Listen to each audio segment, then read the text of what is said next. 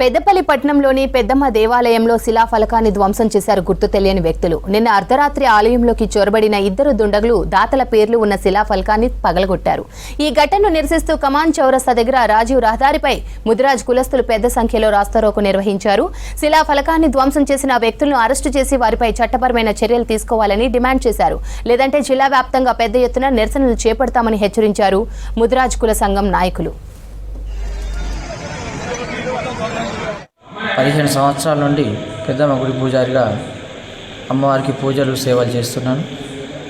ఈరోజు ఎప్పటిలాగే సాయంత్రం గుడి దగ్గరికి వచ్చి గుడి చుట్టూ వాటర్ కొట్టి నేను పైపు బంద్ చేసి పైపు పలిగిందని మోటార్ దగ్గర ఉన్నాను. బూతగడ్డ నరేషన్ను బూతగడ్డ రాజకుమారు గుడిలోకి వచ్చి లోపల తాళం వేసుకొని పేర్లను పగలగొట్టడం జరిగింది.